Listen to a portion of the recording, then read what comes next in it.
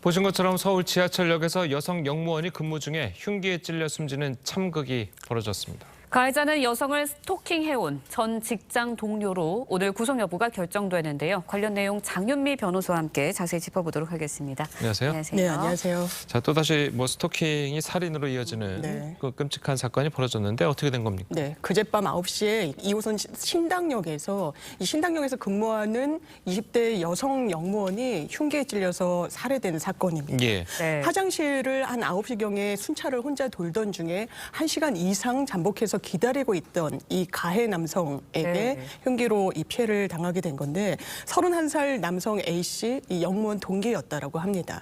그런데 이 피해 여성 본인이 이제 흉기에 찔린 그 상황에서도 비상 전화로 이 상황을 알렸고요.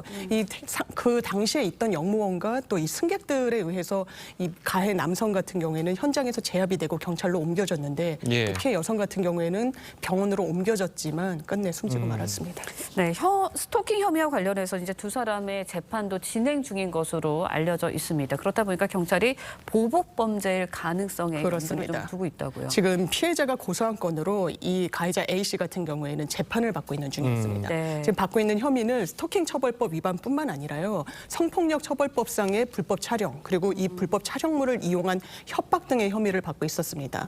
선고 기일이 사실 어제였습니다. 범행 바로 다음 날로 예정돼 있는 상황이었고 마지막 공판에서 검찰의 구형량이 상당했습니다. 9년을 선고해달라고 구형을 한 상황이었기 때문에 이런 일련의 과정을 봤을 때는 이게 그냥 살인죄가 아니라 보복살인죄로 처벌해야 되는 거 아니냐라고 지금 법리 검토를 하고 있는데 일반 살인죄는 5년 이상이지만 가중처벌되는 보복살인 같은 경우에는 사형 무기 10년 이상의 형에 처해집니다. 예, 검찰이 9년을 구형할 정도면 그렇습니다. 상당히 심각한 범죄라고 그렇습니다. 생각이 되는데 경찰이 왜 그러면은 좀 선제적으로 좀 이분을 보호한다든지 이런 것을 하지 않았을까요? 예, 상당히 좀 안타까운 부분입니다. 그리고 또 이런 어떤 미비점이 다시 한번 드러났다라고 볼 수 있을 텐데요. 사실 이 해당 여성 같은 경우에는 고소장을 접수한 다음 날부터 경찰의 신변보호를 받기는 했습니다. 신변보호라는 게 스마트워치를 지급해서 뭔가 위험 상황이 발생했을 때 경찰에 즉각적으로 알릴 수 있는 거 그리고 그 주변의 순찰을 강화하는 겁니다. 주거지 등의 주변에.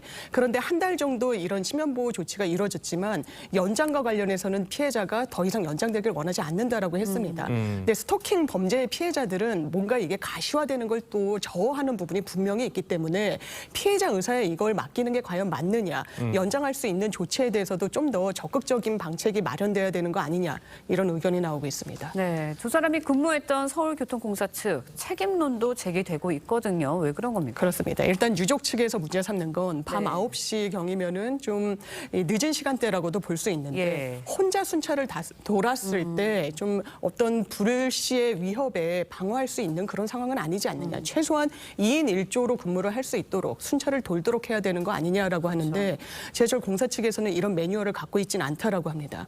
또 하나는 이 해당 남성이 입사 동기였다고 했지 않았습니까? 어떤 스토킹 처벌법 위반 혐의로 고소가 된 이후에는 직위 해제가 됐지만 징계 수위를 논하고 있던 중이었기 때문에 사실 이 내부 단말기에 다 접속을 해서 피해 여성의 근무처 그리고 구체적인 어떤 근무 시간 등을 알아냈다라고 합니다. 그렇다면 최소한 이런 유형의 범죄로 혐의를 받고 있는 사람이 이렇게 접근할 수 있는 방책에 대해서는 최소한 막을 수 있는 어떤 그런 대안을 마련했어야 되는 거 아니냐라는 의견이 나옵니다. 예, 그리고 지금 스토킹 관련해서 하도 흉악 범죄들이 일어나고 있으니까 얼마 전에 이제 1년 전에 스토킹 처벌법이 이제 시행되지 않겠습니까? 자, 이게 어떻게 보면은 별로 효용을 버리지 못하고 있는 것 같아요. 사실 스토킹 처벌법이 제정된 것만으로도 한 발짝 뗐다라고 평가할 수 있지만 이번에도 스토킹 처벌 범죄로 영장을 청구했지만 법원이 기각을 했습니다. 그런데 스토킹 이런 범죄는 굉장히 이러한 강력 범죄로 비화할 수 있는 뇌관이라는 점을 법원도 수사기관도 좀 더 염두에 둬야 되고 이번에도 이게 반의사불벌 조항으로 있어서 합의를 상당히 강요하는 경우가 실무에서 많은데 이런 부분에 대해서는 최소한 손질이 이루어져야 되겠습니다. 예, 알겠습니다. 참 스토킹 처벌법 같은 경우에는 앞으로 좀 많은 그런 관심이 좀 필요할 것 같아요. 여러 가지 부분에서. 예, 알겠습니다. 잘 들었습니다.